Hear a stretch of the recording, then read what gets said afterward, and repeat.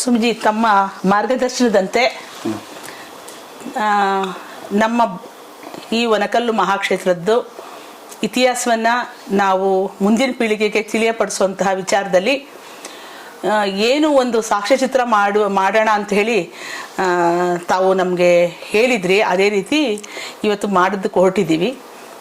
ಆ ಸಾಕ್ಷ್ಯಚಿತ್ರದ ಉದ್ದೇಶ, ನಮ್ಮ ಈ ಒನಕಲ್ಲು ಬೆಟ್ಟದಲ್ಲಿ ಯಾರ್ಯಾರು ಕಾಯಕ ಮಾಡಿದರು, ಯೋಗಿಗಳು, ಸಂತರು, ಮತ್ತು ಯಾರ್ಯಾರು ಸಹಕಾರ ಮಾಡಿದರು, ಯಾರ್ಯಾರು ಟ್ರಸ್ಟಿಗಳಾಗಿ ಸಹಾಯ ಮಾಡಿದ್ದಾರೆ, ಯಾರ್ಯಾರು ಇಲ್ಲಿ ಈ ಒನಕಲ್ಲು ಬೆಟ್ಟದ ಅಗತ್ಯತೆ ಇದ್ದಾಗ ತಮ್ಮ ಒಂದು ಕಾಯಕವನ್ನು ಇಲ್ಲಿ ಮಾಡಿ ಈ ಒಂದು ಒನಕಲ್ಲು ಬೆಟ್ಟದ ಕೈಂಕಾರ್ಯಗಳಿಗೆ ತಾವು ತಮ್ಮ ಒಂದು ಅಳಿಲು ಸೇವೆ ಮಾಡಿದ್ದಾರೆ.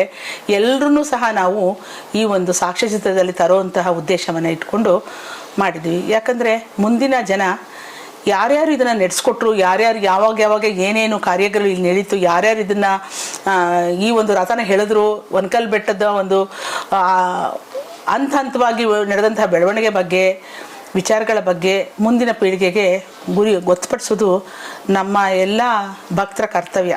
ಹಾಗಾಗಿ ತಮ್ಮ ಒಂದು ಮಾರ್ಗದರ್ಶನದಂತೆ ಇದೊಂದು ಕಾರ್ಯ ಮಾಡ್ತಾಯಿದ್ದೀವಿ ಸ್ವಾಮೀಜಿ. ತಾವು ಸಹ ಇದ್ರ ಬಗ್ಗೆ ನಮಗೆ ಸಾಕಷ್ಟು ಮಾತಾಡಿದ್ದೀರಿ, ಹೇಳಿದ್ದೀರಿ. ಈಗ ನಮ್ಮ ಟ್ರಸ್ಟ್ನಲ್ಲಿ ಒಬ್ಬರಾದಂತಹ ಹಿರಿಯರು ತೋಪಯ್ಯನವರು, ಹೇಳಿ. ನಮಸ್ತೆ ತೋಪಯ್ಯ ಸರ್. ನಮಸ್ಕಾರ.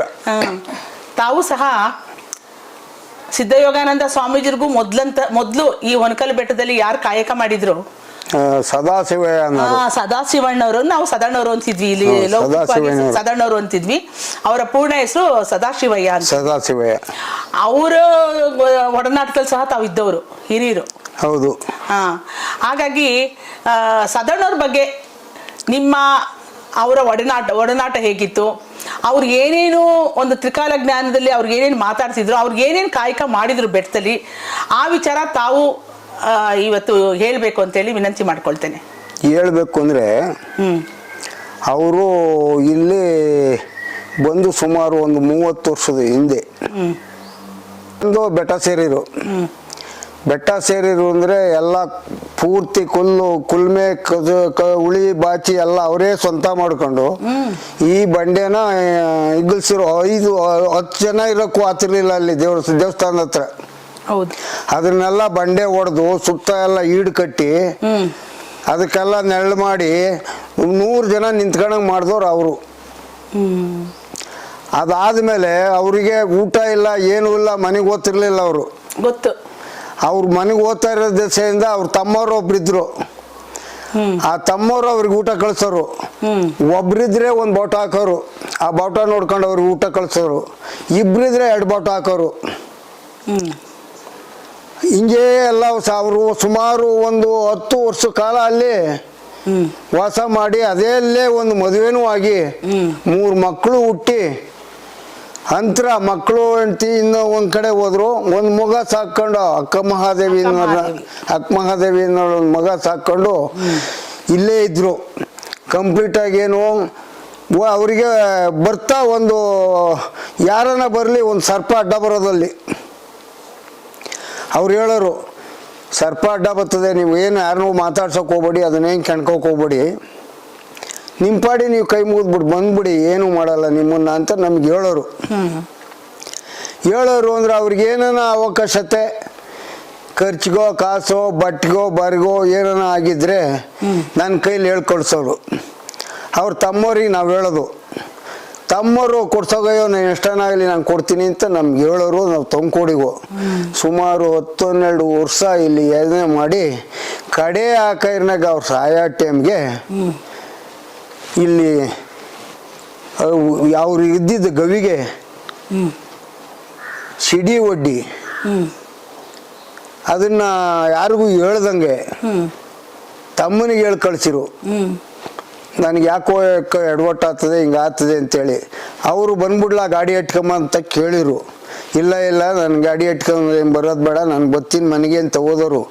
ಮನೆ ಹೋಗಿ ಅದು ಮನೆ ಒಳಕ್ಕೂ ಹೋಗ್ಲಿಲ್ಲ, ಕಂಜದ ಮನೆ ಒಳಗೆ ಹೋಗಿ ಮಳಿಕೊಂಡು ಅಲ್ಲಿ ಜೀವಿಸಿರು. ಅಲ್ಲಿ ಅವರು ದೇಹ ತ್ಯಾಗ ಮಾಡಿದ್ರು. ಹೌದು.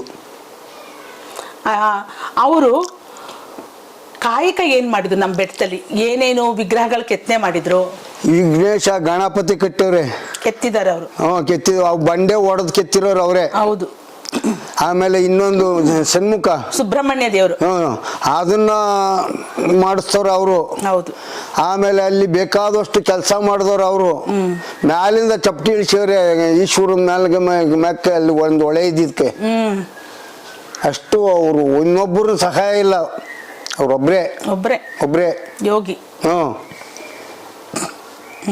ಅಷ್ಟೆಲ್ಲ ಕೆಲಸ ಮಾಡ್ಯವ್ರೆ. ಕೆಲಸ ಮಾಡಿ ಅವ್ರ ಕಡೆಗೆ ಹೇಳಿದ್ರು, ಒಂದಿನಲ್ಲ ಒಂದಿನ ಇದು ಅಭಿವೃದ್ಧಿ ಆಗ್ತದೆ. ಅದು ಹೇಳಿ. ನಾವು ಇದು ತೇರಿಲ್ ಪರಿಚಯ ಆಗ್ತದೆ.